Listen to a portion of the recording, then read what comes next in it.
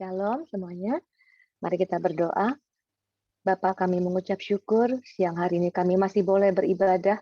Biar Engkau yang menjamah Tuhan pemberitaan firman ini, setiap kami diberkati, setiap kami beroleh kemenangan, kelepasan, kelegaan yang daripadamu, jalan keluar yang daripadamu. Di dalam nama Tuhan Yesus Kristus, kami sudah berdoa dan mengucap syukur. Amin. Shalom semuanya saudara-saudaraku. Wow, luar biasa ya.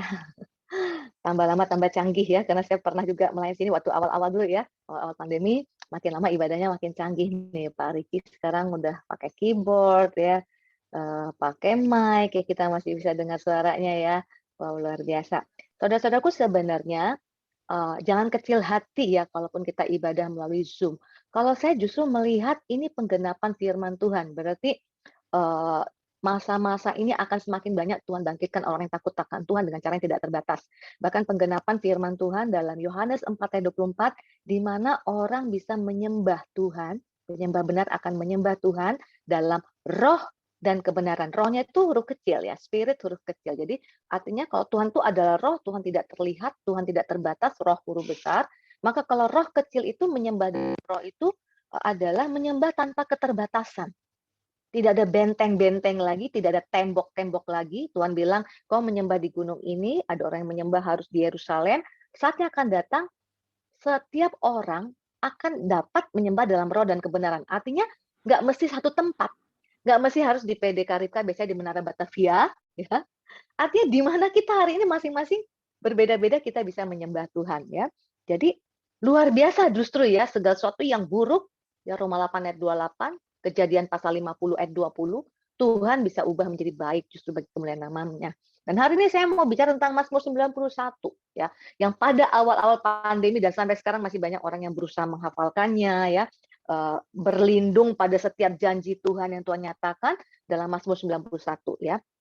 Karena saya mengerti akan begitu inginnya orang menghafal Mazmur 91 tapi karena ada 16 ayat agak susah ya. Ya, pernah ada Mazmur 23 ya, karena ada lagunya jadi hafal ya, Tuhan adalah gembalaku. Nah, walaupun itu tidak letterlek ya, tapi paling tidak mewakili, semua ayat yang ada di dalam Mazmur 23. Tapi paling enggak cuma 6 ayat kalau saya tidak salah ya, Mazmur 23. Mazmur 91 itu 16 ayat saudara-saudaraku. Sehingga, banyak orang itu yang ketika dulu sebelum pandemi sudah hafal, ketika semua keadaan baik-baik saja mulai lupa. Ya, awal pandemi berusaha menghafal, ini keadaan mulai baik, lama-lama yang dihafal jadi lupa. Nah, supaya nggak lupa saya ada bikin lagunya. Ya, Mazmur 91, pada awal-awal pandemi saya tulis lagu ini, bahkan sebelum pandemi sebenarnya karena saya ngalami kebenaran dari Mazmur 91, 16 ayat. Ya. Tapi entah kenapa orang males ya. Termasuk ya saya segembalakan ya, udah jadi lagu loh saudara, jadi lagu, kalau jadi lagu itu kan ada nadanya, enak ya dinyanyikan, dan benar-benar persis 16 ayat saya ambil ya dari benar-benar tidak dikurangi, tidak ditambahkan. Paling ada yang seperti Siap. disingkatkan begitu, tapi tidak mengurangi. Tapi anehnya, yang suka nyanyi lagu ini anak-anak. Ya, jadi saudara kalau cari Mazmur 91 YouTube, keluar Rumah Bintang Pekanbaru ya, anak-anak yatim piatu di panti asuhan Pekanbaru nyanyikan lagu ini bagus sekali saudara-saudara ya. Mereka minta supaya bisa nyanyikan lagu ini, Mazmur 91, 16 ayat hafal. Ya, kemudian ada satu gereja lagi di daerah Jakarta Barat, anak-anak nyanyi hafal. 16 ayat, anak-anak hafal. Karena apa? Jadi lagu. The power of song itu bukan hanya ketika kita meninggikan Tuhan, tapi ketika kita bisa mengingat firman itu dan bukan hanya mengingat, tentunya mengerti. Nah, Mazmur 91 disebut Mazmur protektor. Bahkan sampai sekarang orang Israel ya punya kebiasaan, orang Yahudi. Setiap hari mereka paling tidak sekali akan memperkatakan Mazmur 91. Dan orang Israel itu rata-rata tuh ada ayat-ayat tertentu mereka hafal di Taurat. Karena apa? Kenapa mereka bisa hafal? Ya karena mereka kalau membacanya kayak nyanyi. Jadi seperti saudara-saudara sepupu kita ya kalau lagi baca kitabnya ya, nyanyi mereka ada nadanya ya. Ada nadanya seperti kalau gereja-gereja ortodoks ya. Kalau pernah masuk gereja ortodoks ya, itu membaca itu ada nadanya. Jadi lebih mudah masuk. Nah, kenapa disebut Mazmur protektor ya? Karena berarti apakah hanya Mazmur ini saja yang akan bisa membangkit? Oh no ya. Nanti kita akan bicara tentang Mazmur 91, tapi sebelumnya saya mau bacakan Mazmur 127 ayat 1 2 ya. Ini bahagia orang benar judulnya. Jadi kalau mau bahagia ya, orang bilang bahagia itu sederhana, ya sederhana, pelajari saja firman Tuhan ya saudara ya. Mazmur 27 ayat 1 berkata, haleluya, berbahagialah orang yang takut akan Tuhan, yang sangat suka kepada segala perintahnya. Jadi yang bahagia itu yang sangat suka kepada perintahnya. Ayat 7, ia tidak takut kepada kabar celaka, hatinya tetap penuh kepercayaan kepada Tuhan. Jadi yang sangat suka sama firman Tuhan itu sampai ngelotok ya, sampai dia baca tiap hari, dia berusaha hafalkan, berusaha lakukan, sangat suka. Nah, kalau kita sangat suka kepada satu makanan, kita pasti akan sering makan, ya kan? Ya. Kita sangat suka nih kepada oh ini kan mau akhir tahun ini ya ibu-ibu wanita ini paling tahu ini menjelang sale ini ya, sale ya. Ada beberapa merek terkenal itu bulan 6, bulan 12. Kalau mau tahu ya Zara ini banyak suka orang kantor ya. Bulan 6 pasti sale, ulang tahun Jakarta. Sama bulan 12 mendekati Natal. Ya, jadi jangan sekarang belanjanya, tunggu ya. Jangan sale karena kalau sale itu worth it banget ya. Tapi kalau kita sangat suka satu barang, nggak sale juga kita akan effort ya. Karena sangat suka, kita akan berjuang untuk mendapatkannya. Nah, demikian juga firman Tuhan. Tapi akibat sangat suka sama firman Tuhan, apa dampaknya bagi kita? Kabar celaka kita nggak takut. Kalau dulu bilang kabar celaka, apa ya kabar celaka? Wah, sesudah pandemi kita mengerti apa yang namanya kabar celaka. Karena kabar celaka itu bukan hanya bagi kita, serumah kita.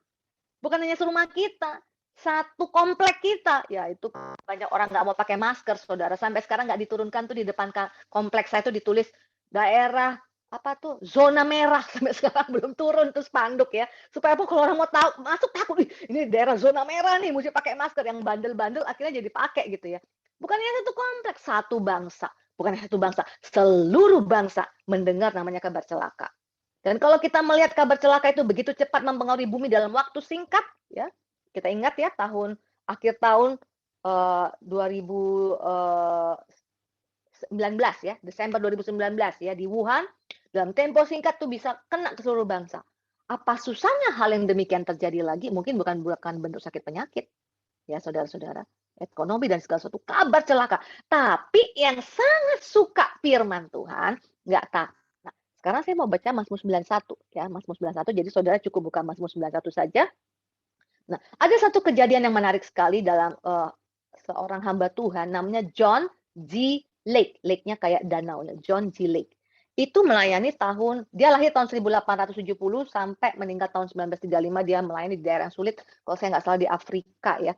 Pada waktu itu banyak terjadi ya seperti yang dilukiskan Mazmur 91, penyakit sampar ya. Sekarang banyak orang menganggap COVID itu seperti penyakit sampar, wabah. Dan dia yang ngangkatin orang yang sakit, orang lain ketularan bisa mati. Dia yang ngangkat karena dia misionaris di sana, dia yang dekat dengan orang, tapi dia tidak pernah kena sakit penyakit. Nah, kemudian dia mengungkapkan di dalam bukunya, di dalam halaman 340, bukunya John G. Lake ya, dia katakan begini, selama bertahun-tahun Tuhan menjaga saya, sehingga penyakit dan kematian tidak menimpa saya, ya selama dia melayani di daerah misi, ladang misi, sejak saat saya melihat Mazmur 91, hak istimewa umatnya, tidak hanya mengalami kesembuhan, tapi juga kesehatan dan mengalami Tuhan dalam semua keberadaannya. Dia mengakui Mazmur 91 ini komplit. Ya. Janji Tuhan untuk kesehatan dan kesembuhan. Nah, yang banyak salah interpretasi, yang baca Mazmur 91 ini. Supaya apa? Supaya nggak mengalami ya, kesusahan. Nah, itu kan namanya kesehatan tuh seperti itu ya. Kan ada orang ya, mungkin saudara-saudara dan saya ya, tidak terkena sama sekali COVID. Wah, berarti benar Mazmur 91 nih. Saya baca tiap hari dan terjadi dalam hidup saya. Nah, bagaimana orang yang Mazmur 91 masih kena sakit? Masih ngalami kesusahan? Masih ngalami kesulitan? Wah, kalau nggak ngerti saudara-saudara, janji Tuhan dalam setiap firman-Nya yang membuat kita tidak takut kepada kabar celaka, berarti kita akan segera mundur, nggak percaya. Nah, tadi dia katakan, John G. Lake yang mengalami mujizat luar biasa, dia katakan Mazmur 91, dan tentunya bukan hanya Mazmur 91 ya, semua firman Tuhan, itu adalah paket komplit. Mengalami kesehatan, tapi juga mengalami kesembuhan. Jadi mujizat itu bukan hanya saat kita sakit sembuh, tapi juga saat kita sehat. Ya. Itu mujizat. Karena kita nggak pernah tahu kalau bisa Tuhan kasih ini mata kita bisa lihat semuanya, saudara, kita akan ketakutan berjalan dalam hidup ini. Kelihatan tuh semua virus, bakteri itu semua ada di udara. Ya, barusan teman saya ada kena sakit herpes kulit yang di mata ya, berintil-berintil. Pada udah minum segala sesuatu vitamin D segala macam. Kemudian dia datang ke dokter, dokter bilang begini, "Ibu imunnya lagi lemah." Tapi kok saya bisa sakit ini? Orang kalau dengar sakit herpes kan langsung konotasinya itu jelek ya saudara. Padahal herpes itu kan macam-macam. Itu jenis penyakit kulit gitu. Kok saya bisa kena dokter? Langsung dokternya bilang, di udara ini di sekeliling ibu itu banyak sekali virus dan bakteri. Tapi kalau imun ibu baik, ibu nggak kena. Tapi kalau imun ibu tidak baik, ibu bisa kena. Nah ya kuncinya kan selalu imun ya. Kita kalau imun, kalau rohani apa? Iman ya saudara ya. Jadi artinya jangan salah interpretasi. Mazmur ini bukan proteksi kalau supaya kita tidak terkena, tapi juga buat orang yang diizinkan Tuhan mengalami, juga bisa mengalami mujizat Tuhan. Nah, saudara coba lihat ya, Mazmur 91 ayat 3. Ya, dikatakan begini, sungguh dialah yang akan melepaskan engkau dari jerat penangkap burung. Melepaskan ini deliver. Deliver tidak berarti ada jerat penangkap burung, kemudian kita tidak kena. Itu bisa saja. Tapi bisa juga pengertiannya, kita sempat nih terkena jerat penangkap burung. Ya, karena nggak tahu di situ ada jerat, kita injak, kemudian kita terkena jeratnya. Katakanlah seperti itu kalau ada jebakan-jebakan ya untuk menangkap hewan. Tapi Tuhan berkuasa melepaskan. Amin. Mungkin kita diizinkan sakit, tapi jangan putus asa, jangan berhenti berharap kepada firman. Tuhan sanggup menyembuhkan. Jadi hapuskan dari pikiran kita, kalau jadi anak Tuhan, jalan hidup kita adalah jalan tol. Kita masih punya pertandingan, amin. Pertandingan itu pasti nggak enak. Dan semua orang pertandingannya beda. Ada yang mungkin sprinter, ada yang maratoner, ya saudara-saudara ya. Ada yang jarak menengah, beda-beda. Tapi semua orang harus bertanding di gelanggang pertandingan yang Tuhan sudah izinkan atau tetapkan terjadi. Kemudian ayat 15, ini bukti bahwa bukan berarti orang Kristen tidak mengalami masalah. Ayat 15 berkata, bila ia berseru kepadaku, maka aku akan menjawab. Orang yang berseru itu apa saudara? Pasti mengalami kesesakan ya. Dia berseru, Tuhan tolong.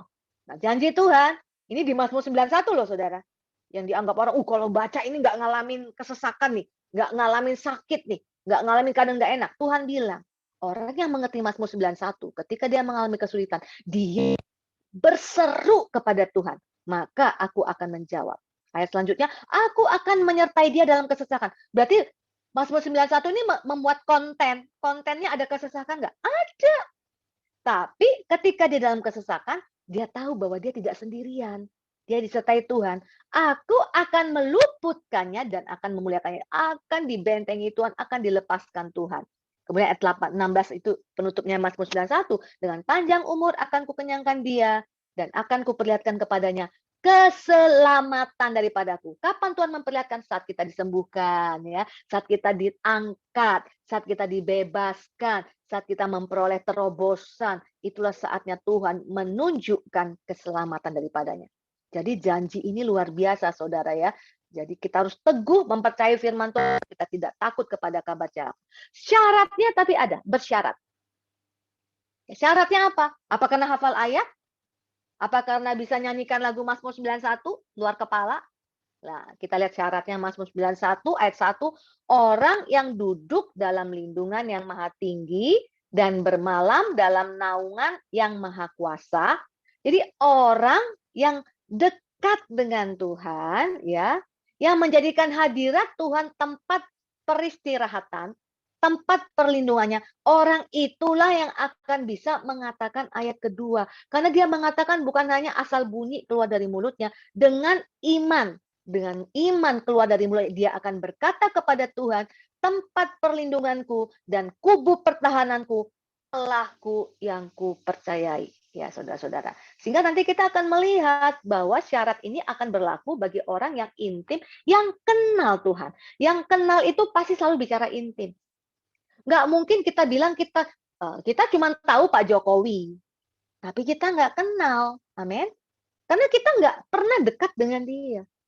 Bahkan kalau kita punya sahabat karib, aku kenal dia. Kalau mau kasih hadiah ulang tahun, kita tahu apa yang mau kita kasih. Karena apa? Karena kita dekat dengan orang itu. Kita tahu perilakunya, kita tahu apa kesukaannya. Nah, demikian orang yang dekat dengan Tuhan, yang duduk dalam lindungan yang Maha Tinggi dan bermalam, beristirahat dalam naungan yang Maha Kuasa, punya hubungan dekat dengan Tuhan, sehingga dia bisa berkata kepada Tuhan, Engkau tempat perlindunganku, Engkau kubu pertahananku, Engkau Allah yang kupercayai, sekalipun keadaan sulit sedang terjadi. Amin. Kenapa? Dekat sama Tuhan. Kenal sama Tuhan. Itu sebabnya saudara-saudaraku, ya, hadirat Tuhan itu adalah mutlak bagi Daud. Ya. Ketika dia mengalami kesesakan, dia selalu tulis lagu. Ada beberapa lagu saya kasih tahu aja judul perikopnya ya. Mazmur 59, dikejar Saul. Ya. Ini judul perikopnya saja. Mazmur 34 dan 56, ini kontennya sama. Ditangkap di Gat, dibawa ke Raja Akimelek. Mazmur 3, lari dari Absalom, anaknya sendiri kejar-kejar dia. Ya. Mazmur 63, ketika dia harus sembunyi di padang gurun Yehuda, jauh daripada kemah Tuhan, jauh dari di mana saudara-saudaranya berada, lonely. Apa yang dia lakukan? Dia agresif menulis lagu supaya apa? Dia bisa memuji Tuhan, dia bisa menyembah Tuhan, dia bisa merasakan Tuhan dekat. Itulah yang dia perlukan. Dan pada saat di dalam hadirat Tuhan, kedekatan dengan Tuhan, dia kenal Tuhannya, dia tahu siapa Tuhannya. Walaupun aku dikejar anakku Saul, anakku Absalom, aku kenal Tuhan yang kusembah. Bahkan ketika Simei mengata-ngatai dia, Abisai itu mau langsung membunuh Simei, dia bilang, jangan. Kalau Tuhan suruh dia mengutuki aku, siapa aku gini, seolah-olah gitu ya. Siapa aku akan menghukum dia. Begitu mempercayai Tuhan. Itu kan seperti Roma 8 ayat 28 ya. Percaya Tuhan mutlak. Bahwa Tuhan sanggup mengubah keadaan yang tidak baik pun bisa menjadi baik. Bagi siapa? Orang yang percaya, yang mau mengikuti kehendaknya dan menuruti segala jalan-jalan Tuhan. Nah, saudara-saudaraku, Mazmur 91 ayat 14 kita lihat ya. Bentengi Tuhan. Ya. Karena apa? Karena kenal nama Tuhan. Ya, orang yang tadi saya katakan ya, kenal, intim, ya. Ada di hadirat tuh lama-lama selalu bergaul dengan Tuhan melalui firman-Nya, kenal Allah yang dia sembah. Pengalaman hidupnya ketika dia berusaha mempercayai firman Tuhan, membuat dia makin kenal sama Tuhan. Mazmur 91 ayat 14 berkata, sungguh hatinya melekat kepadaku, maka aku akan meluputkannya. Ya. Bisa meluputkan sama sekali tidak mengalami, atau mengalami hal yang nggak enak, Tuhan masih sanggup melepaskan. Aku akan membentenginya. Ya, tahu ya kalau dibentengi ya, musuh nggak bisa masuk ya. Sebab ia mengenal namaku. Jadi saya berusaha pelajari kenapa ayat ini bisa keluar di sini. Mengenal, bukan hanya kenal nama saja ya, tapi mengenal pribadi dari orang yang punya nama tersebut. Seperti saya katakan, kita hanya tahu nama Pak Jokowi. Kita nggak kenal Pak Jokowi. Tapi kalau orang yang kenal, bukannya tahu namanya, dia tahu persis. Kenal persis tentang kepribadian orang itu. Jadi ini bicara tentang pribadi yang punya nama. Dan ternyata saudara-saudaraku, untuk kita bisa mengalami terobosan perlindungan, kita perlu kenal nama Tuhan. Di dalam Mazmur 91, ada 4 nama Tuhan yang disebut. Kan Tuhan tuh punya nama yang banyak sekali untuk melambangkan kepribadian dia ya. Ada Allah kesembuhan ya, ada Allah yang bisa memberkati, ada banyak nama Tuhan ya saudara. Tapi yang tertulis dalam Mazmur 91 ketika dia katakan yang kenal nama, aku akan membentenginya. Nah, kita semua kenal nama Tuhan ya. Yang pertama Mazmur 91 ayat 1, orang yang duduk dalam lindungan yang maha tinggi. Itu adalah nama Tuhan. El Elyon. Ya, pernah dengar nama? El Elyon, itu nama Tuhan yang disebutkan di Mazmur 91. Ya. Artinya apa? Tidak ada yang lebih tinggi lagi daripada El Elyon. Itu nama yang tertinggi. Penguasa yang tertinggi. Ya. Dan 4 nama yang ada di dalam Mazmur 91, itu semua relate dengan Tuhan Yesus. Ya. Tuhan Yesus adalah yang tertinggi.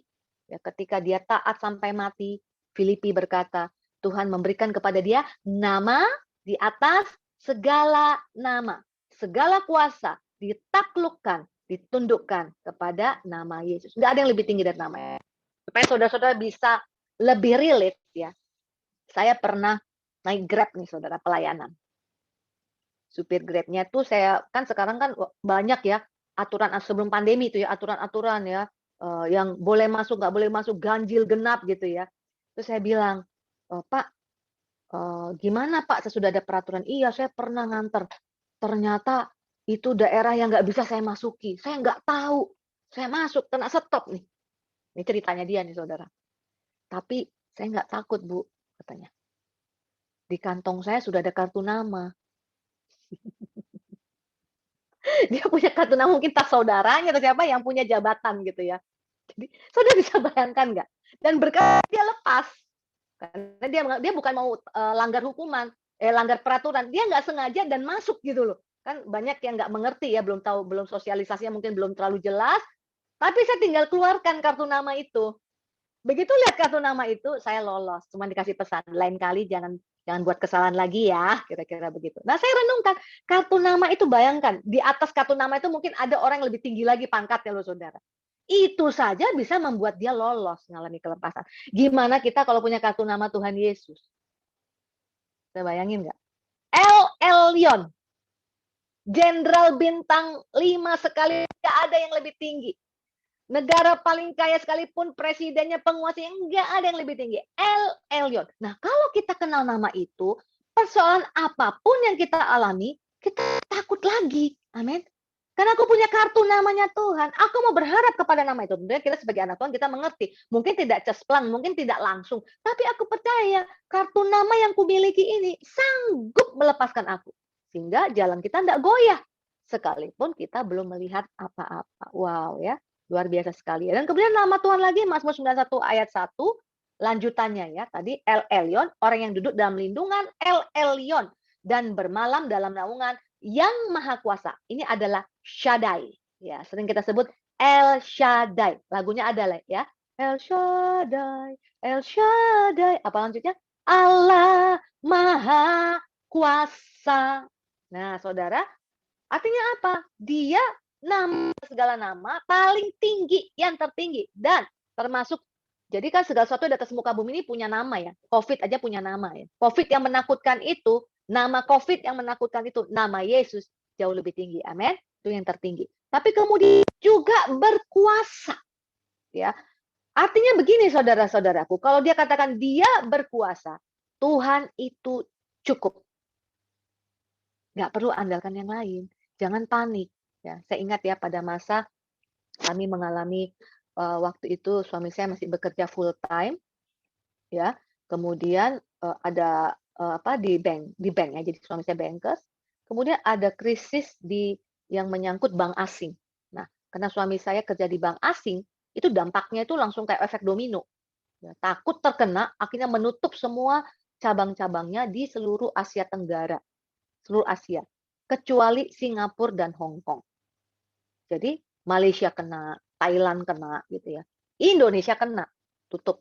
Jadi akhirnya harus berhenti dari pekerjaan. Dan dari segi usia, dari segi banyak hal mungkin sudah lebih sulit ya. Dan suami saya malah nganggap, wah ini kebetulan nih. Jadi saya bisa lebih bisa full time ya untuk melayani Tuhan begitu. Nah, tapi sebagai wanita ya, wanita ini kan emosi ada ya. Ada rasa takut ya saudara-saudara ya. Nanti kapan-kapan kita bicara tentang itu ya. Itu sebenarnya proteksi juga ya rasa itu. Tapi yang berlebihan jadi takut. Aduh bagaimana nih anak-anak sekolah, bagaimana yang lain-lainnya. Itu membuat apa? Panik, bisa panik ya. Tapi kalau mengerti dia El Shaddai, dia cukup. Jangan panik. Jangan lihat ke kiri, ke kanan. Minta tolong ke kiri, ke kanan. Ya, kalau itu jalan Tuhan untuk kita ke sana boleh. Tapi jangan panik dan mengandalkan manusia. Amin. Dia cukup. Itu sebabnya Daud waktu dikatakan gini, judul perikop Mazmurnya begini, diburu tapi tidak bersalah. Banyak kaitan nih, diburu tak bersalah. Apa yang dia katakan? Pada waktu bangun, aku melihat wajahmu, itu cukup bagiku. Kenapa? Ada ketenangan. Ya seperti tadi diburu Absalom, rasanya udah kalah di depan mata. Tapi ada ketenangan. Diburu Saul sampai harus melarikan diri sampai pura-pura gila. Tapi ada ketenangan. Allahku berkuasa. Dia cukup. Aku nggak perlu yang lain-lain. Banyak orang mau kaya pergi ke pesugihan. Orang Kristen juga ada loh yang pergi ke pesugihan.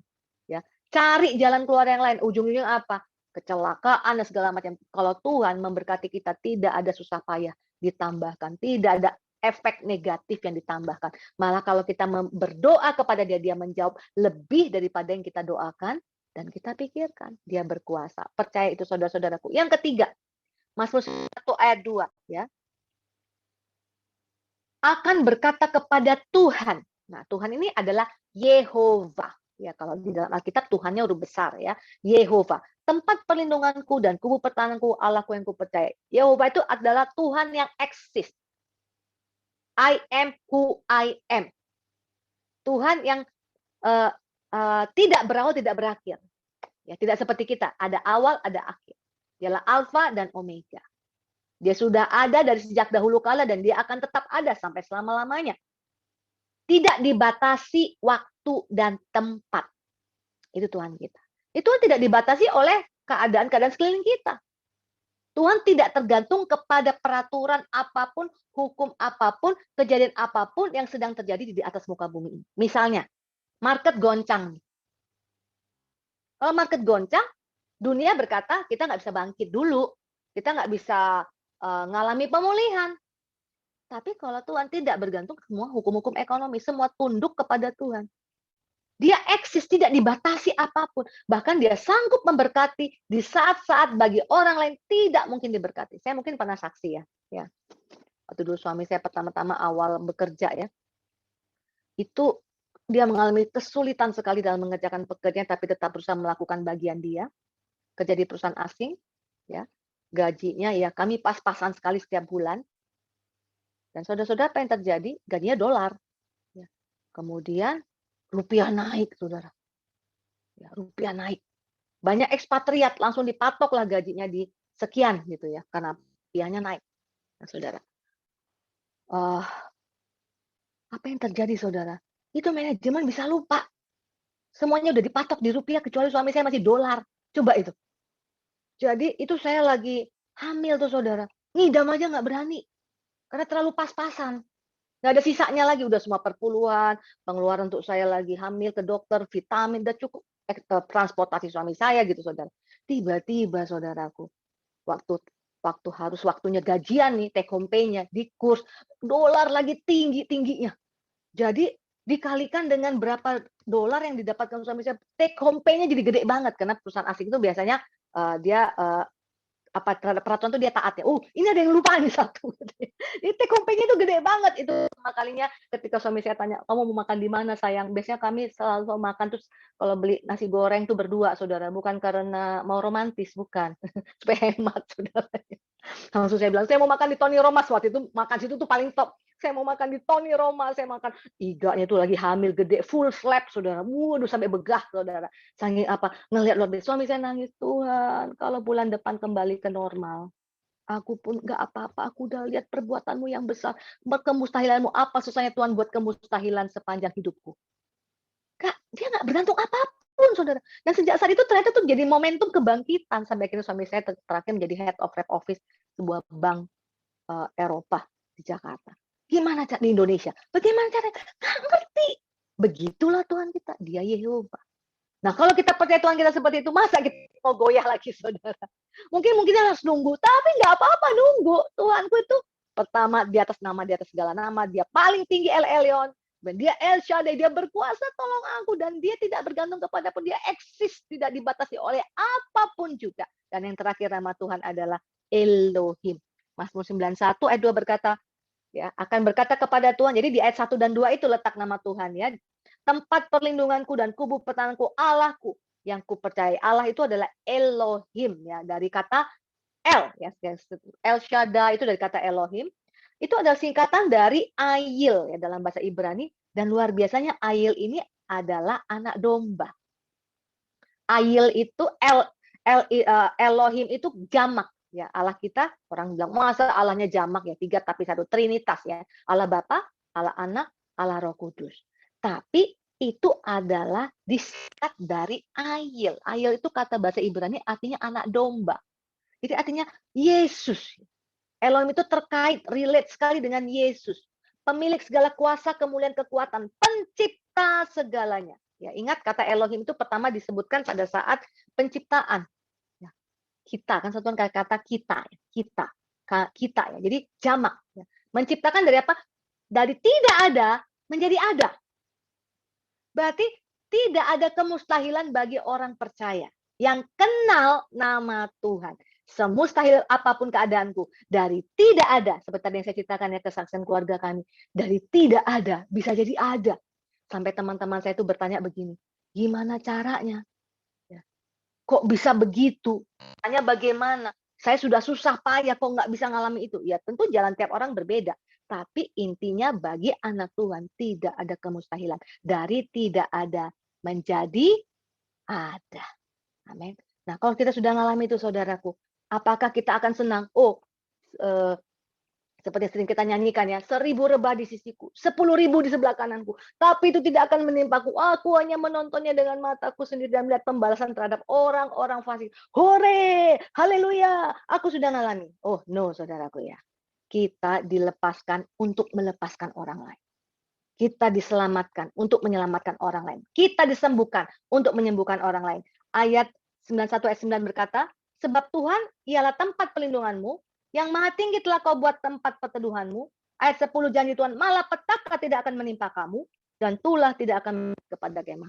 Segala sesuatu yang terjadi dalam hidup kita menjadi berita Injil bagi orang lain. Engkau pun, kalau engkau kenali Allahmu, Allah yang kusembah, engkau juga akan mengalami janji ini. Amin, saudaraku. Jadi kita jangan, saya justru pertama kali nulis lagu Indonesia Bagi Kemuliaan-Mu itu mungkin terberkati dengan ayat ini. Ketika orang beria-ria, oh ya benar ya, aku nggak akan mengalami 1.000 rebah di sisiku, 10.000 di sebelah kananku, tapi itu tidak akan menimpamu. Aku akan tertawa terbahak-bahak. Saya waktu baca ayat ini pertama kali saya masih mahasiswa, saya nangis, saudara.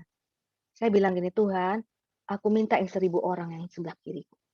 Aku minta yang 10.000 sebelah kananku. Mereka pun selamatkan ya Tuhan. Amin saudaraku. Karena Tuhan itu tidak suka dengan kematian orang fasik. Tuhan rindu semua orang diselamatkan. Kita disembuhkan. Kita mengalami kesehatan. Supaya apa?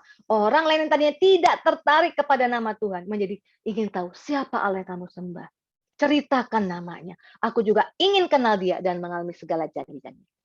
Orang yang sangat suka kepada firman Tuhan, yang kenal nama Tuhan, tidak takut kepada kabar-kabar celaka. Amin. Karena akan mengalami kelepasan, mujizat, ya, kesembuhan, segala sesuatu yang kita butuhkan di dalam nama Tuhan Yesus. Mari kita berdoa. Terima kasih Tuhan Yesus, Engkau janji yang luar biasa bagi kami, nama-Mu yang luar biasa bagi kami.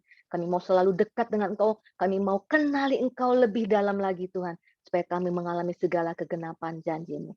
Di dalam nama Tuhan Yesus, sama-sama kita katakan, amin.